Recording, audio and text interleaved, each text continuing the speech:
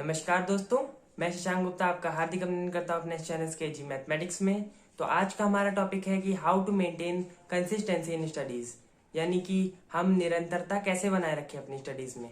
बच्चे मुझसे पूछते हैं, कमेंट करते हैं कि सर हमारा इतना सिलेबस हो गया है, अभी इतने दिन बाकी हैं, क्या इतने में हो जाएगा। बच्चों मैं आपको कैसे बताऊं कि ये तो आपको खुद समझना है कि आपका इतना हो गया है, इतना बाकी है, तो आप कितने समय में अपनी कंसिस्टेंट रहेंगे, तो कितने समय में आप कर लेंगे उसको। देखिए, 3 पॉइंट्स इंपॉर्टेंट मैं बताता हूँ आपको। पहली बात तो ये है कि आपको किसी के ऊपर निर्भर नहीं रहना है। ठीक, निर्भर नहीं रहना मतलब आपको डिपेंडेंसी, आप शब्द सुने हैं, डिपेंडेंसी आपको हटानी है। मतलब आप सारे काम अपने आप करिए और नोट्स तक खुद बनाने हैं आपको, किसी के नोट्स लेने नहीं है, किसी के नोट्स कॉपी नहीं करने हैं, ऐसा काम आपको नहीं करना है। जो आपका खुद का लिखित होगा वही आपको आगे चल के काम आएगा, ये मैं कई बार कह चुका हूँ। दूसरी बात, आपको कायदे से पढ़ाई करनी है, थोड़ा सा टाल मटोल और अगर मगर वाला काम नहीं करना है जिससे आपको कोई भी हानि हो आखिरी में चल के। और साथ साथ में आपको थोड़ा सा अपने बॉडी को रिफ्रेश करते रहना है, बॉडी रिफ्रेशमेंट बहुत जरूरी है। और थोड़ा सा खेल कूद लिया करिए आप, या बैडमिंटन खेल लीजिए, जो भी आपको अच्छा लगे वो खेल लीजिए, जिससे आपकी बॉडी रिफ्रेश होती रहे और आपको लेजीनेस ना फील हो। क्योंकि पढ़ाई में बाधाएं मेन कारण इसीलिए आती हैं क्योंकि आप लोग रिफ्रेश ही नहीं रहते हैं। आप लोग दिन भर पढ़ लेंगे, उसके बाद पढ़े रहेंगे, तो उससे क्या होता है, आपकी बॉडी लेजी बनती जाती है और साथ ही साथ आपका पढ़ने में मन हटता रहता है। तो ये चीजें आपको ध्यान रखनी है। देखिए, निरंतरता कब बनी रहती है आपकी। निरंतरता आपकी तब बनी रहेगी, यानी कंसिस्टेंसी आप में तब आएगी जब आपका मन पढ़ाई में लगेगा। और पढ़ाई में आपका मन कब लगेगा? पढ़ाई में आपका तब मन लगेगा जब आप चीजों को समझ पाएंगे अच्छे से। और जब आपका हेल्दी माइंड होगा तभी आप अच्छे से चीजों को समझ पाएंगे। तो आपका हेल्दी माइंड बहुत इंपॉर्टेंट है, इसलिए आप थोड़ा सा को करिकुलर एक्टिविटीज पे भी ध्यान दिया करिए। ऐसा नहीं है कि अगर आपको किसी एंट्रेंस के ऊपर पढ़ना है तो आप जी जान से पढ़े ही जा रहे हैं, बस पढ़े ही जा रहे हैं। उससे क्या होगा, थोड़ा सा आपको अपने मतलब जो सामाजिक चीजें हैं उनसे आप दूर हट जाएंगे। दूसरी बात, आपको लेजी फील होगा और ओबीस फील होगा, जिससे आप थोड़ा सा मतलब अपना पढ़ाई पे ध्यान कम केंद्रित कर पाएंगे। आपकी जो सबसे खराब आदत ये है कि आप दूसरों पर ज्यादा विश्वास करते हैं और अपने ऊपर कम ट्रस्ट करते हैं। तो अपने ऊपर आप विश्वास करिए कि हाँ आप कर सकते हैं चीजों को, तभी आप आगे कुछ सफलता हाथ कर पाएंगे। ठीक, देखिए, और दूसरी बात, आप सेकंड पर्सन से बचिए। मतलब जैसे आपने फार्मर्स के केस में सुना होगा बिचौलिए, वैसे ही आप अपने यहाँ भी बचिए उन लोगों से जो लोग आपको मिसलीड कर देते हैं, गाइडेंस कम देते हैं और मिसलीड ज्यादा कर देते हैं। तो आप अपने कुछ एक दो लोगों से मतलब राय लीजिए और सही सलाह को फॉलो करिए, सुनिए सबकी और करिए अपने मन की, इतना आप ध्यान रखिएगा। मैंने ये देखा है अक्सर कि बच्चे पढ़ाई पर कम और इस चीज पर ज्यादा ध्यान रखते हैं कि कैसे होगा।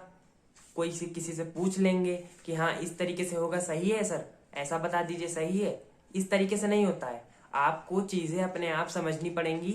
और ये फेस है आपका लाइफ का कि आप अब चीजें अपने आप समझना शुरू कर दीजिए। क्योंकि अगर आप कॉलेज में जाएंगे, अगर आप सब दूसरों पर डिपेंड ही रहेंगे, तो आपका कॉलेज में बिल्कुल काम नहीं चलेगा और वहां पे भी आपको जो है बहुत डिफिकल्टीज होंगी। तो आप अभी से डिपेंडेंट हो जाइए और पढ़ाई को अपने आप और सही तरीके से करिए और दूसरों की राय थोड़ा सा कम लिया करिए। अपना खुद एक विचारधारा बनाइए और उस तरीके से आप पढ़ने की कोशिश करिए। सबसे इम्पोर्टेंट, आप सबसे सटीक तरीका ये रहेगा कि आप जो भी पढ़ें उसके अगर कोई की पॉइंट है, कोई नोट्स है, कोई शॉर्ट ट्रिक है, तो उसको आप एक पूरा एक बड़ा सा मोटा सा रजिस्टर बनाइए। जैसे अगर आप बीएचयू बीएससी मैथमेटिक्स की तैयारी कर रहे हैं तो आप बड़ा सा मोटा सा रजिस्टर बनाइए, 3 कॉलम कर लीजिए, फिजिक्स केमिस्ट्री मैथ जो कि आपके आते हैं, और तीनों में अलग अलग आप अपने शॉर्ट नोट शॉर्ट ट्रिक्स वो सब लिखते जाइए और उन्हीं को रिवाइज करिए बार बार। इससे आपको ना तो कोई दिक्कत होगी, ना आपको किसी और से पूछने की जरूरत पड़ेगी। मैं आपको एक बात बता दूं, बहुत ही ध्यान से सुनिएगा। जो पढ़ने वाले बच्चे होते हैं वो लोग इन सब चीजों पर ध्यान ही नहीं देते हैं कि मेरा इतना हो गया है, कितना अभी बाकी है, कितना टाइम लगेगा। दूसरों से पूछ रहे हैं बार बार कि सर मेरा हो जाएगा कि नहीं हो जाएगा। आप लोग बेटा लोग इस तरीके के कमेंट मत करिए करिए। कोई अगर आपका वाजिब रीजन है, सर मुझे ये नहीं समझ में आ रहा है, या इस पर मुझे क्वेश्चन बैंक चाहिए, या कोई और चीज मतलब आपको समझ में नहीं आ रही, उस पर मतलब क्वेश्चन किया करिए, क्वेरी किया करिए। तो हमें भी जवाब देने में अच्छा लगता है, अटपटा नहीं लगता है। हम लोग सुनते हैं, बच्चे पूछते हैं सर इतना हो गया है, इतना बाकी है और इतना टाइम बचा है, तो कैसे होगा, हो जाएगा कि नहीं हो जाएगा। अब ये तो आपके ऊपर है कि आप कितना कंसिस्टेंट है और कितनी मतलब अपने रफ्तार से आप कितने की सोचने की क्षमता है आपकी, और कितना आसानी से आप जो है चीज़ों को कर ले जाते हैं। तो इस चीज़ पे आपको ध्यान रखना है। और अगर आप जो लेबोरियस और स्टूडियस स्टूडेंट्स होते हैं उनकी तरह अगर आप मेहनत करेंगे तो आपका भी हो जाएगा, कोई वो कहीं और से नहीं आए हैं, वो हैं आप ही के बीच के। तो इतना आप ध्यान रखिए। मैंने देखा है स्टूडेंट्स जो है वो एक साथ काफी मतलब लॉन्ग टाइम तक, मान लीजिए कोई बच्चा है 4 घंटा पढ़ गया, उसके बाद उसने पूरे दिन कॉपी ही नहीं उठाई। तो सुबह 4 घंटे आप पढ़ लिए, उतने से नहीं होगा। देखिए आप अपनी स्टडीज को 2 शिफ्ट में डिवाइड कर लीजिए, इससे आपकी कंसिस्टेंसी बनी रहेगी और आपको दिक्कत भी नहीं होगी कोई पढ़ने में। देखिए आप सुबह एक मॉर्निंग शिफ्ट कर लीजिए, एक शाम को शिफ्ट कर लीजिए, 3-3 घंटे पढ़िए, 6 घंटे उतना बहुत है। और 1 घंटा रिवीजन के लिए निकालिए, वो आप कभी भी निकाल सकते हैं। 1 घंटा रिवीजन में आपको जो आपने शॉर्ट ट्रिक्स लिखी हैं फिजिक्स, मैथ्स, केमिस्ट्री, जिससे भी रिलेटेड, उनको आप बार बार पढ़ते रहिए, जिससे आप चीजों को भूलेगा। और एग्जाम में यही मायने रखता है कि आप कितना चीजों को याद रख पा रहे हैं, कितना आप मेमोराइज कर पा रहे हैं चीजों को। क्योंकि अगर आप मेमोराइज नहीं कर पाए उस समय, वो शॉर्ट ट्रिक या वो फॉर्मूला आपको याद नहीं आया, तो वो क्वेश्चन आपसे बिल्कुल नहीं होगा एग्जाम में, ये आप सोच लीजिए। देखिए स्टूडेंट्स, आप लोग घबराया मत करिए, आप लोग स्ट्रेस मत लिया करिए कि सर आज अगर मेरा पढ़ाई नहीं हो पाई किसी कारणवश, मान लीजिए आपको कोई काम लग गया, कोई आपको और दिक्कत आ गई, आप बीमार पड़ गए, या कोई भी ऐसा इंसिडेंट होता है जिससे आप पढ़ाई आपकी बाधित हो जाती है, आप नहीं पढ़ पाते हैं। तो ऐसा कोई जरूरी नहीं है कि आप एक दिन नहीं पढ़ पाए तो आपका बहुत बड़ा लॉस हो गया, ऐसा नहीं है। ये सबके साथ होता है, और हर एक स्टूडेंट, चाहे वो जितना भी पढ़ने में अच्छा हो, चाहे वो जितना भी पढ़ने में खराब हो, सबके साथ ऐसा होता है कि कुछ दिन होते हैं ऐसे जब उनकी पढ़ाई बाधित होती है। तो आप भी उन्हीं में से हैं, और आपको दूसरों से अलग मत समझा करिए अपने आप को, ठीक है। तो आपकी भी पढ़ाई बाधित हो सकती है, ये सबके साथ होता है, तो इससे आपको घबराना नहीं है। भले ही उस दिन आपको 1 ही घंटा पढ़ाई करने का मौका मिले या ना ही मिले, उससे आपको कोई टेंशन नहीं लेनी है। एक दिन नहीं होता, नहीं होने दीजिए, अगले दिन के लिए स्ट्रेस मत लीजिए, क्या पता आप अगले दिन और ज्यादा पढ़ाई कर ले जाए। तो इस पर ध्यान रखिए। अच्छा बच्चों, आप सभी कमेंट करके बताइए मुझे कि आप लोग एक दिन में मैक्सिमम कितने आवर्स पढ़ ले जाते हैं। मतलब कोई बच्चा 6 घंटे भी बता सकता है, सही है, जितने भी आप लिखेंगे मैं उतना सही मान लूंगा। मैक्सिमम की बात की है, इसीलिए मैं ये नहीं कह रहा हूँ कि हाँ नॉर्मली आप कितना, नॉर्मली तो आप कितना भी पढ़ सकते हैं। तो मैक्सिमम आप जितना घंटे पढ़े हो वो आप कमेंट करके बताइए। और आप सब स्टूडेंट्स घबराया मत करिए, घबराने से क्या होता है, आप जितना पढ़ते हैं वो तो आपको याद नहीं रहता है, और साथ ही साथ जो आप पढ़ने जा रहे होते हैं उसमें भी आपका सब कुछ हैम्पर हो जाता है। तो आप घबराया बिल्कुल मत करिए, और चीज़ों को समझने की कोशिश करिए। सबके साथ ऐसा होता है, आजकल कंडीशन भी वैसे ही चल रही है, तो उसमें आपको कोई दिक्कत वाली बात नहीं है।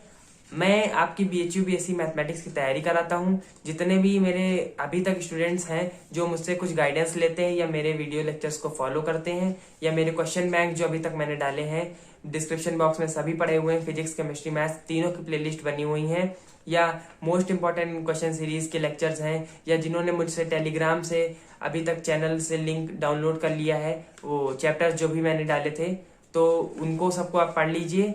और अगर आपको कोई भी दिक्कत होती है तो आप मुझे कमेंट सेक्शन में जरूर बताइएगा। और इसी के साथ मैं आशा करता हूँ आपको अभी तक चीजें समझ में आई होंगी, और आगे से आप घबराना छोड़ देंगे, आप मजबूती से अपनी जो आपकी प्रिपरेशन है उसको फॉलो करेंगे।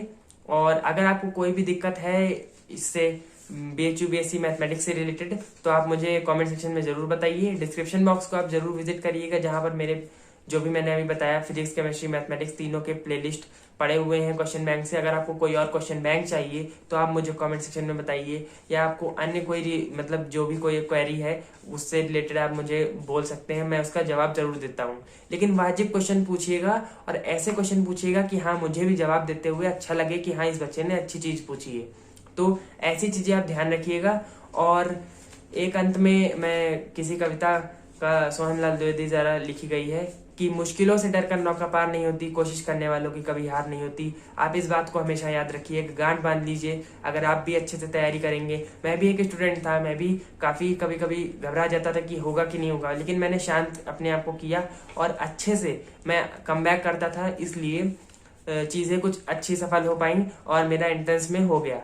तो आप भी इसी तरीके से काफी अच्छे से मेहनत करेंगे तो आपका भी हो जाएगा। कोई ऐसा घबराने वाली बात नहीं है, बहुत टफ कंपटीशन नहीं है मतलब। लेकिन ये है कि हाँ लगभग 70-80 हजार फॉर्म भरे जाते हैं हर साल, तो उसमें कुछ बच्चे तो ऐसे होंगे, क्योंकि 1.5 हजार तक ही बच्चे लिए जाते हैं हमेशा, जो छोड़ देते हैं कुछ आगे। सीट्स तो वैसे आपकी 673 के करीब ही हैं, और उसके बाद पेड सीट वाला कॉन्सेप्ट जो भी आता है आपका लगभग 1,500 तक ही केवल आपका कट ऑफ बंद हो जाता है। तो आप इतना ध्यान रखिए कि 70,000 में से आपको 1,500 बच्चे में से एक होना है। तो अगर आपको होना है तो आपको कड़ी मेहनत करनी है, कड़ी मेहनत करेंगे तभी आपका BHU एंट्रेंस में हो पाएगा।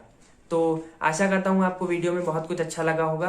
अच्छा लगा तो आप सब्सक्राइब बटन दबाइए, बेल आइकन को जरूर दबाइएगा, जिससे मैं जो भी अपडेट दूं नहीं वो आपको तक पहुंचती रहे। धन्यवाद।